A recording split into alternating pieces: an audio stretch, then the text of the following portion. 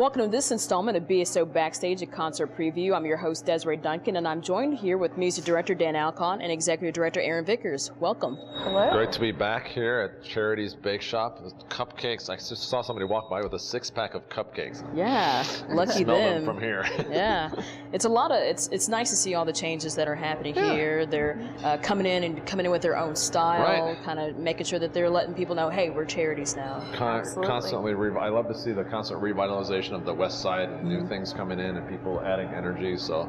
And also, speaking of a new neighbor, we've got the Gentleman's Barber now on Cedar. Really? Yeah. So now you can finally get a haircut. I know. Look at my hair. I already had my hair cut, but it's good to know that. But awesome. I know you like to keep it long. Yeah, yeah, I do. This is short for me. This is short for you. Like, oh, I feel bald today. Summer's coming. I don't get it cut until I have another concert, basically. But speaking of the concert, how was that show with Claire Chase? She's an amazing talent, and we're lucky that she came here to Cookeville. Yeah, we had on our last concert in March, we were able to invite Claire Chase, who's a young flute player who was a MacArthur Fellow, which means she won a MacArthur Genius Grant a couple years ago. And she and I had been corresponding since I heard about her on NPR. When they announced the grants, I kind of pay attention every year. And so I had reached out to her, and we'd been corresponding on and off. And then we had a spot for a soloist open up, and we were able to get her to come. And knowing that, what she does is she commissions a lot of new music and plays a lot of new music. So I wanted her to bring, this is the right artist to bring something totally new. And so she played a piece called Aile de Songe, or Wings of Dream, by a contemporary Finnish female composer named Kaija Saariaho. And I warned everybody, I said, it's going to be unlike anything you have ever heard. And Claire Chase is such a big performer for somebody who's like 5'1". She just creates this aura around her, and she just sells whatever she's doing in the most enigmatic way. And it was such a strong show. And I got to hang out with her a little bit. We went out the night before to talk about the music and then have lunch and jam in together, whatever we could. And it was just so inspiring to me. That's really an important part of why we like to bring in soloists. We're constantly trying to make the energy, new. And that's really what I was so excited for days afterwards, and there was just a lot of ideas that we talked about. And it's fun to do music by a living composer. And to, the American Composers Forum has one of their taglines is, all music was new once, and in the day we also performed a symphony by Haydn. In Haydn's day, people didn't want to hear old music. They wanted the new piece by Haydn. If you had a concert coming, they expected a new symphony or a new something. So that's fun to infuse that kind of energy into our concert scene. And Aaron, you got to spend some time with her as well, as you were in the car with her, picking her up from the airport. Yes, I did. I got to transport her and got to talk with her. And I think a really fascinating thing for us, and a really lucky thing for us, in the weeks leading up to her performance here, she was in Japan. She was in Montreal working on the music curriculum at McGill University. She was in Chicago immediately before flying to perform with us, and then she came to Cookeville, Tennessee. She's in demand all around the world, and her ensemble is, and getting to spend time with her and talk with her about her works, and we've talked about how entrepreneurial she is in the arts, and in the role that I'm serving with the Bryan Symphony Orchestra and her ideas of innovating in ways that symphonies can be relevant today. I think it was a really fascinating car ride and a great opportunity for me to get to talk with her as well. Very nice. And she also has a connection with Tennessee with her partner touring. Oh, yes. Her partner is touring with Justin Townes Earle right now. So oh, really? That's opening for him. So they have kind of a musical relationship going on there in that way. So, both hitting the road and being in different places and being here in Tennessee. It's funny.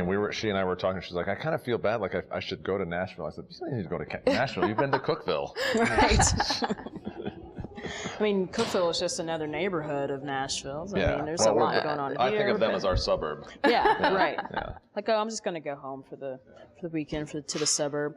But also, we're noticing that there's more of a women-centric theme that's coming in with the shows lately. Yeah, it's just kind of programming is such how programming is. It changes and you move it around and you have plans, and it worked out that in these 2 final concerts this year that I'm featuring 2 female soloists and music on each concert by a living female composer, which is a very happy accident for me, because, you know, symphony orchestras have a bad reputation of performing music by dead white guys, and we really try to mix it up. And what happened in this case was there's a young soprano who I actually met through a member of our orchestra several years ago, Bruce Christensen, who's our principal viola player.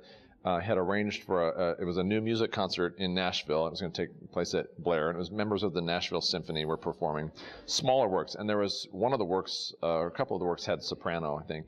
And one of them, even though it's for a very small ensemble, it's just so complex that he asked me, could you come and conduct this work? So, you know, because it's a very short rehearsal time.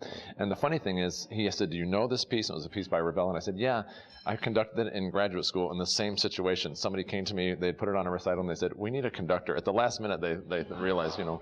So I went and I conducted the work in rehearsal, and I immediately hit it off with the soprano, which is Sabrina Laney Warren. And she's from Nashville. And she just was very engaging. And, you know, this was 6 or so years ago, so her voice was just kind of coming into its prime. Because for a singer, really, you have to be about 28 or 30 to get your mature voice. It develops later. And so I kind of kept an eye on her, and we kept in touch. And then I had her come and sing with the Bryan Symphony a couple years ago. She sang a piece by Samuel Barber, who's an American composer, called Knoxville Summer of 1915, based on a poem by James Agee. And so Sabrina and I have kept in touch. I had her sing again in Oak Ridge last year with the orchestra over there that I conduct. And I asked her, what else would you like to do? Because the Knoxville Summer 1915 piece is not long enough to really have somebody in the town for. So here she had sung some short Mahler songs. And she said, well, I have a friend who wrote a set of songs for me. And it was, at one time, was going to be premiered with Nashville Ballet, and then they had a change in leadership, and that didn't happen. So these songs were kind of in a semi-finished state for orchestra. They were for piano, and so I said, well, let me meet with her. And she introduced me through email, and then I met at a performance Rachel DeVore Fogarty. She's a very fine pianist, and she was accompanying some people that I knew. And so she and I met at a coffee joint in Nashville, and we went through the entire sketches of the score, and she was very open to suggestions I went through and said, oh, this is, you know, maybe change this, and this would be a better way to do this. And she made all the changes, and then we premiered the works last year in Oak Ridge. So that was fun to do a world premiere, and it was natural to then think, I want to do these again, because we made a lot of edits and we made some decisions, and they're beautiful songs, and they were very well received. So yeah, so I'm excited to be doing this second, and they're from a collection called the Spoon River Anthology, which is actually a collection of poems by Edgar Lee Masters, who's a Midwestern poet, whose poetry I knew because I grew up in the Midwest, and we had to read. He was from Illinois, and went to college and school about an hour from where I grew up or whatever. So I knew some of his poetry, and these are all characters. They're based on female characters. They're 6 short songs. And he actually got the idea for these characters from people that he kind of knew in his town, and also names on gravestones. You know how sometimes if you go to a cemetery, you can see names that are very different than our own, because, you know, times change, you know, and different names. So anyway, it's just a really neat way to bring these things together, and I'm so excited to have Sabrina coming back. She was a big hit when she sang with us a couple years ago, and it's nice to do music by a living composer and get another chance at it. So frequently new works are performed and then they go away. So I'm hoping there's actually more songs in this set for baritone as well, and so I would love someday to come back to them and do the whole set. But at this time we get 6 great songs that we premiered last year, and get to hear them with the Bryan Symphony.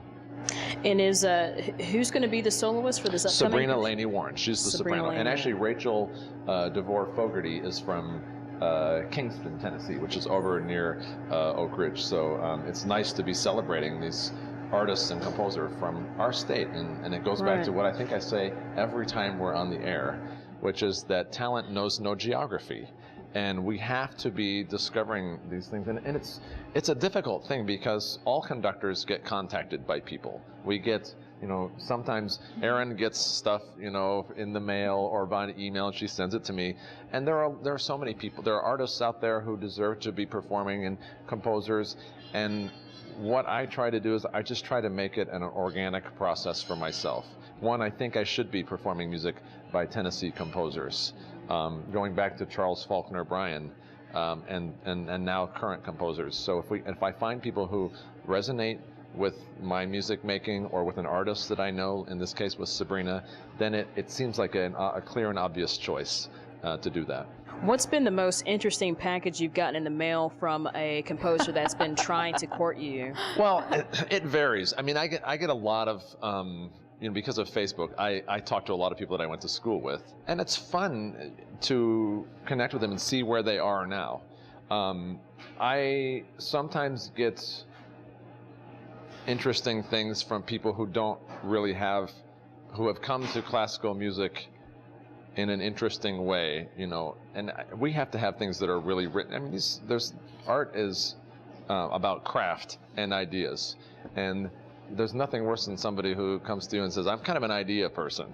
Well, I like ideas. But what I like is somebody who's, in fact, Richard Strauss, a famous composer, was the one who said, great talent is the talent to get your butt on your chair and start writing. Everybody has great ideas, but the real talent is the one who sits on the chair and gets at their desk. So they have to have high craft. And sometimes I get things, because people think I need, that I don't know, people think I'm available, I guess, and I am. I listen to people, and then I discern what I think is appropriate for our audience and for me as an artist. Well, I was asking because we'll get things in the mail for different shows that they'd like to see on the air, as well as music for maybe promos or anything like that. But the coolest package I ever got was an album. Full album and a pick. You mean an LP? Yeah. Wow. An LP. And it was, that was like, I'm going to actually consider you because, you just sent me a whole album and a pick, a guitar pick, and I just thought that was really cool. So I was Nobody sends me guitar picks. Right? You didn't get a bow in the mail or anything? We might get some nice slick mail. Yeah, we get some pretty good stuff. And a lot of people send us stuff for prepackaged shows. Right. And those are, I'm not against those, but that's for a higher budget orchestra. Right. And it's also not as organic. The fact that we are featuring an artist and a composer who live within 70, grew up within 70 miles of where we are and have gone on to greater things, and have, I have, through discernment and watching them and looking at these works, they deserve to be performed. They've gone through the paces, and it's a great opportunity for us to be able to feature them. Cool. Now we're going to take a break so we can get some more information about the upcoming concert.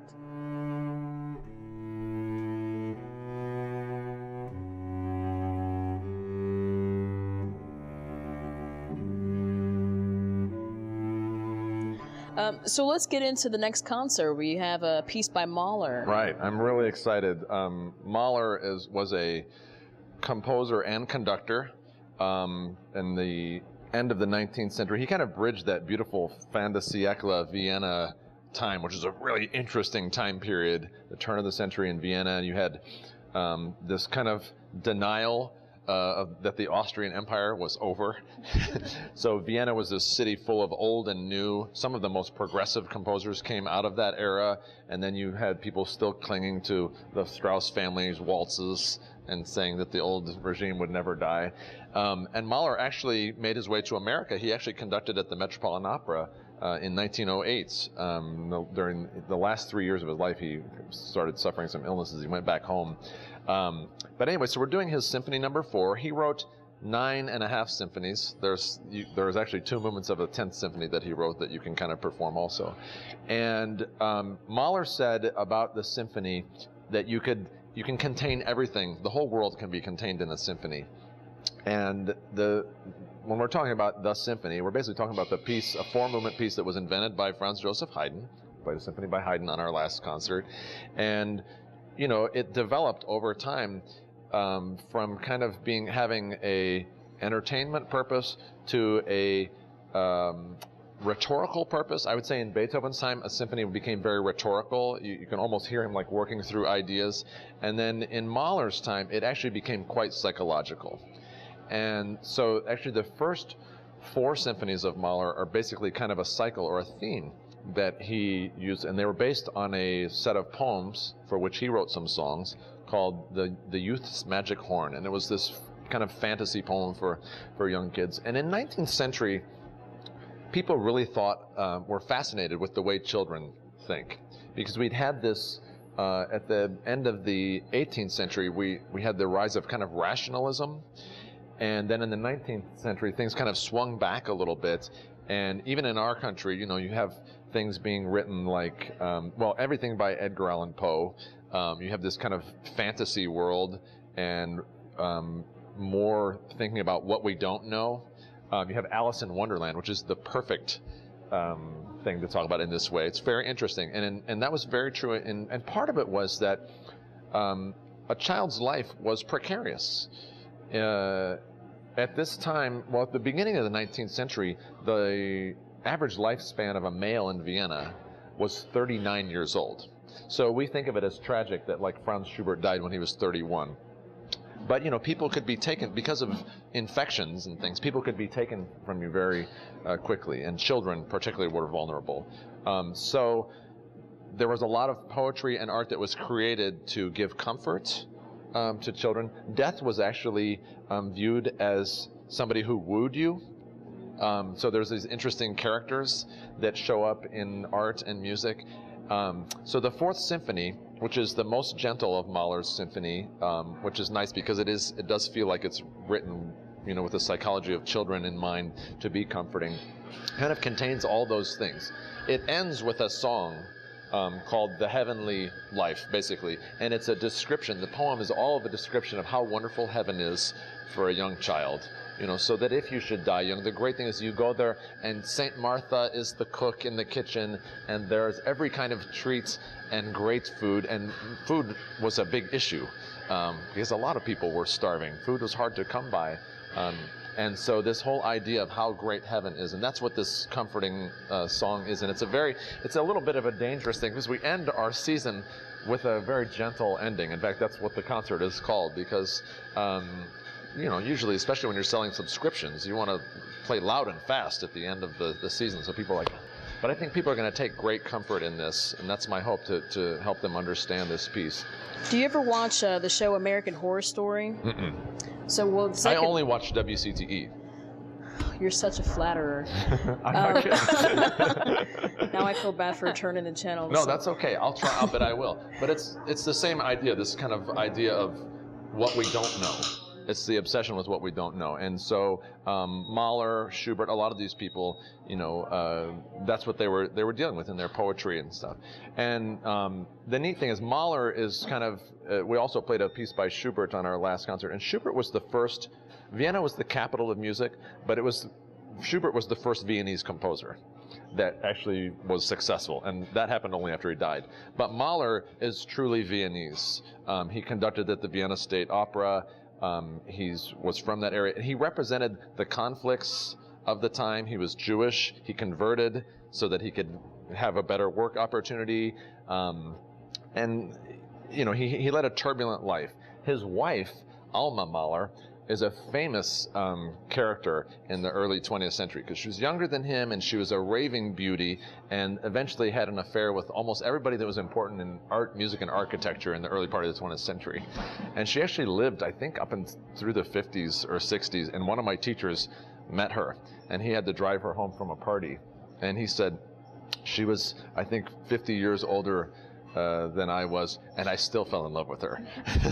So she was this interesting figure, but at this time in his life, they had a breaking apart of their relationship, and he's sentimental in a way, but very psychologically so. So I'm looking forward to it. We've done one other Mahler symphony since I've been with the Bryan Symphony. We did the first symphony of Mahler. So I'm excited to get back to this. We did some Mahler songs with Sabrina Laney Warren the last time she was here. And this is just a great way to end our season and a big challenge for the orchestra. We're having so much fun, especially the students who get to play this concert. Student orchestras don't get to play Mahler very much because it requires grand forces. And so that's a great opportunity for those of our students who are in the Bryan Symphony, it's one more reason that this is a great place for them to be in school, because they get to do a work of a kind of an enormous size. So this is what you had in mind when you were putting the program together for the entire season? You kind of wanted to end on a gentle note. I did, for some reason, because, you know, it's easy to just play loud and fast. And believe me, there's plenty of loud and fast in this Mahler symphony, but not at the end. The end is, it's really high art, and, you know, in the end, that's what we are about. You know, we are not here to be popular. We are here to bring something to the community, and we are popular because we sell out our concerts all the time. But this is the difference between, and there's nothing wrong with popular music. I like popular music, but it's written for a different reason. And this music was really written to, in this case, you know, to take an hour to sit back and listen to this wonderful unfolding of Mahler's idea. The symphony opens with the sound of sleigh bells. So you're instantly transported into this kind of Austrian countryside. It's there's very folk-like music. A lot of music represents kind of yodeling, etc. that you hear. There's all this noodling around, and you know, to be invited to that world and take an afternoon off. That's really what's wonderful when we bring 500 people of our audience together to listen to great music without having to talk to each other, without arguing about politics, without wondering about, you know, who's doing what. Everybody's there to reflect on what happens, and in this case, this is a very gentle and beautiful concert in which people get to do that. So I feel good about providing that for our audience, because I think we all need more and more of that. There's a lot of noise in our world, and so this is a perfect opportunity to experience something different. And you already touched on a little bit about the second piece and the first half of the show, but what is maybe one thing that you would want people to really know about why you chose this piece? I think, in a sense, both of these pieces reflect the use of a composer's approach to poetry. And this is another thing that I really feel is missing in our society. I think we need more poetry. Because for me, that's one of the best art forms, actually, because poetry is written for people to reflect on. And, you know, it used to be, when I grew up even, we had to memorize poetry. Nobody memorizes anything anymore because they know they can Google it, right? Right. But this is that reflection of on an art form that I think we need more of. So both of these composers, Rachel DeVore Fogarty and Mahler, have chosen poetry which they found very important or inspiring, and then the idea of setting parts of it to music. And in Mahler's case, the idea for the poem being reflected in the whole of the symphony, even though the singing only takes place in the final movement, there are elements of it, and this reflection on childhood and a child's life and their thoughts on heaven all the way through this symphony. So I think those are pretty pleasant thoughts for people to spend a spring afternoon with us in the Bryan Symphony. Absolutely. And speaking of the closing of the season, I know that some season tickets will be available. Yes, during this concert, we'll be looking forward to next season as well, and we'll start selling our season tickets for next year. You know, we are fortunate, as Dan mentioned, to have an audience that we sell out our concerts, and we sell an enormous number of season tickets. And so, you know, the great thing about renewing early is that, you know, seating requests and things like that can be accommodated on a first come, first served basis. So as people renew earlier, we can take those into account. And it's also very helpful to us from a planning perspective. It allows us to know what our next season's going to look like on my end as we make decisions and plan for next year. We have some really great things coming up next year. That's also the fun part of this year for me. It's also the headache part of this part of the year, because I'm in massive planning mode. I have a huge, you know, couple of concerts to do in the next month, or 3 concerts I'm doing. But I'm right now nailing down the plans, and I can tell you that we're going to have some great solo work next year. We're going to perform Brahms' double concerto for violin and cello on our opening concert, and then Beethoven 4th Piano Concerto in November. And then we have a string quartet who's coming, the Cypress String Quartet, who's a great young string quartet. And they're actually playing a piece for string quartet and chamber orchestra on our March concert. We're going to do a work with the Master Singers and the Tech Chorale at the end of the year. So it's just a I mean, it's a very exciting time, and I'm putting together all this stuff right now, trying not to get distracted by so the you got to work, get through this by the season work I before have you in front of me. But I think Erin probably wants me to nail that down before the concert so she can put a flyer out that says, and it's a great thing because people can renew, and like I said, they get the same seats they want, or new subscribers get to subscribe and think, I'm committed to what you're doing, and so I'm trying to provide them something that they're definitely worth committing to. Very cool. And let us know who helped make this upcoming concert possible. Yes, this concert, we have support from the First Tennessee Foundation, which is very exciting. They've been great partners to us for a long time. And also from the Community Foundation of Middle Tennessee. We received a grant from them specifically for this concert. They're very excited to be supporting the work of 2 young Tennessee, a performer and a composer. They were very excited about that idea. And so we're also very grateful for their support. And when is the concert? The concert's going to be April 27th at 3 p.m. And we also have a symphony social this time, which is exciting because Sabrina Laney Warren will be in attendance at the social. So people will have an opportunity to meet her and interact with her prior to the concert if they wish. And that's going to be on the Friday before at 7 o'clock. And it's actually going to be at Mike Reel's house. He lives right over here behind Lux Boutique. And so it'll be a great chance to get to know her. And if people want tickets for that, they can call our office. Tickets will be $30 for this one. And for the social. Right, for the social, yes. And they can call the office at 525-2633. All right. Well, that's a wrap for the 51st season. Look forward to the April 27th concert. It's been a wild ride, but I'm looking forward, of course, to the 52nd season. But thank you again, Dan and Erin, for joining us, and we'll see you next time on BSO Backstage, a concert preview.